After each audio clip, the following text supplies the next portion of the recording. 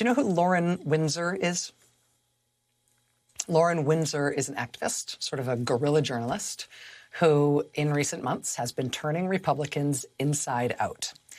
The New York Times actually profiled her a couple of weekends ago under this headline, "The liberal activist who targets Republicans with a MAGA masquerade."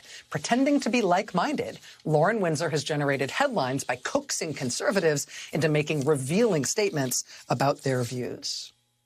Lauren Windsor's the person who before January 6th actually published the first evidence that Republican senators were going to be part of this plan to try to get the electoral votes rejected.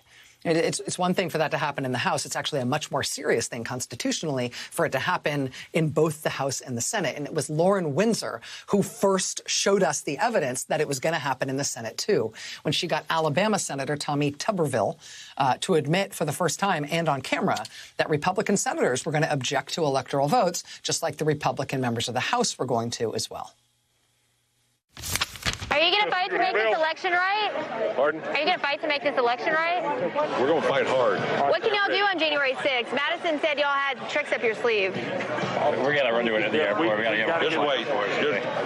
Well, you see what's coming. You've been reading about it in the House. The Democrats are not going to. We're going to do it in the Senate. We're going to have to do it in the Senate, too. Lauren Windsor got that admission from Senator Tommy Tuberville in December. And then, indeed, on January 6th, he and other Republicans in the Senate did exactly what he said there. They tried to reject electoral votes from multiple states. Her tape of him previewing that strategy was the first anybody knew that Republicans were going to do that from the Senate side as well. More recently, she got the Republican candidate for governor in Virginia, Glenn Youngkin, to admit that although, yes, he was very, very, very, very against abortion rights in Virginia, and he had plans to act on that if he, in fact, gets elected, he nevertheless planned to keep quiet about his real views during the campaign in the hopes, basically, that people would vote for him without knowing what his plans were. She keeps getting these admissions. And she talked about how she does it when she spoke with the New York Times about her method. She turns up her Southern accent a few notches.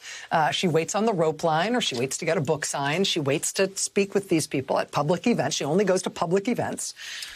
She then tells them flattering things that they want to hear, tells them that she agrees with them. And then they have a tendency to confide in her things they would not want the public to know. Again, her name is Lauren Windsor. Her organization is called the Undercurrent. And tonight, Ms. Windsor has just posted video of herself talking to John Eastman. She says she shot it this past weekend on Saturday. That would make this after he supposedly recanted and disavowed his whole proposed legal strategy for overthrowing the election results. Right? Remember, his was the strategy to have Mike Pence pull his one neat trick to keep Trump in power. He wrote the memos that created that legal architecture for the whole attack on the Capitol on January 6th to try to get Pence to reject electoral college votes. He then disavowed that strategy, called it all crazy and non-viable in the National Review on Friday.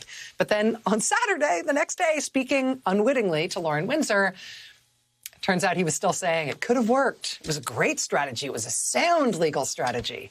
If only Mike Pence had the stones to go through with it. Watch this tape.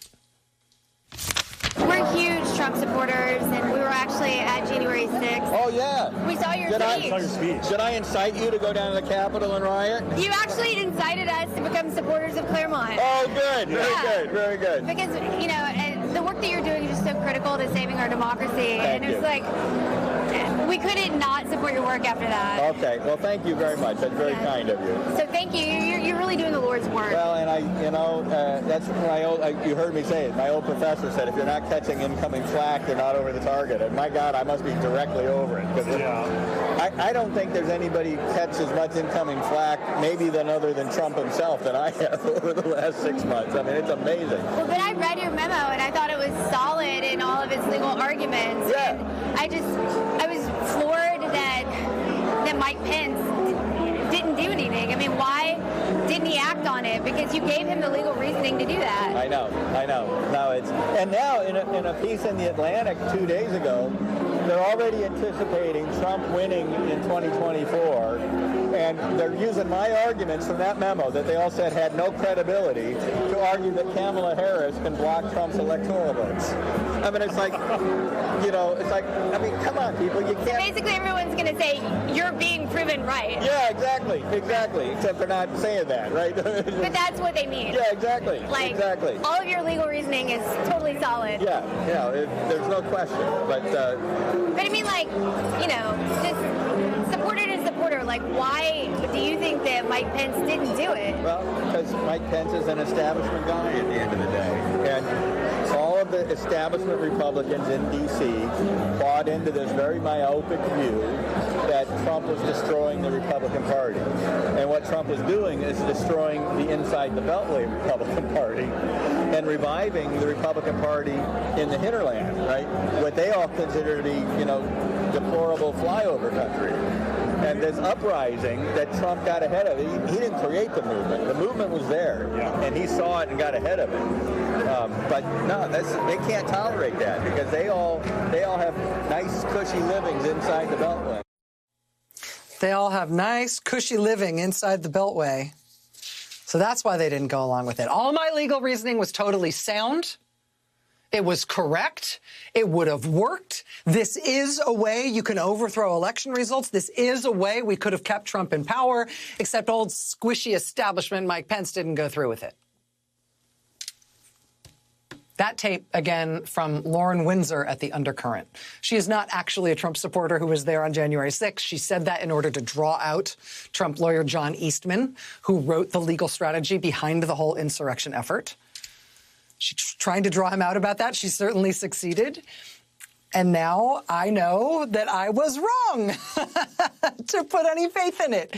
When just last week we saw him apparently disavowing and denying this strategy, disavowing and denying his own work on that, saying, oh, that's crazy. It was totally unviable. That wasn't even a real thing. Don't ascribe that to me.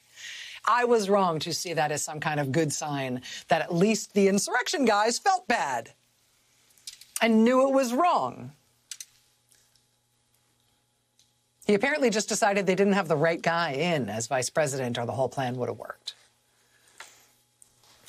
I should also tell you, just so you know, we did backflips today trying to contact Mr. Eastman himself for comment. We tried 6 different phone numbers we found for him with no answer at any of them. We left multiple voice messages. We did not have any returned. We texted him using some of the phone numbers we had for him. No luck there either.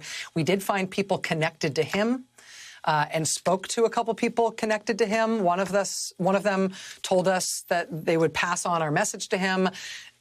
Somebody else connected to him actually did give us yet another phone number, a 7th phone number from him, but we had no luck at that number either. Went straight to voicemail, so we left voicemail. We texted him there as well. I'm beginning to think we are not going to hear back from John Eastman for comment. But fingers crossed, right? Hope springs eternal. Also, I will never, ever report anything as apparent good news ever again. I'm sure I am the one who's just jinxed all of it. That said, I should tell you, just within the last hour, the Washington Post has just reported that this same Trump lawyer, John Eastman, is expected to be subpoenaed by the January 6th committee in Congress, which, of course, is investigating the attack on the Capitol and the lead up to it. The chairman of that committee, Congressman Benny Thompson of Mississippi, told the Washington Post tonight, quote, "It will happen." It meaning a subpoena to this Trump lawyer, John Eastman, who really did plot out the way to overturn the 2020 election for Donald Trump, who apparently, as of this weekend, was still saying it would have worked. It was correct legal reasoning if only Mike Pence hadn't been such an establishment squish.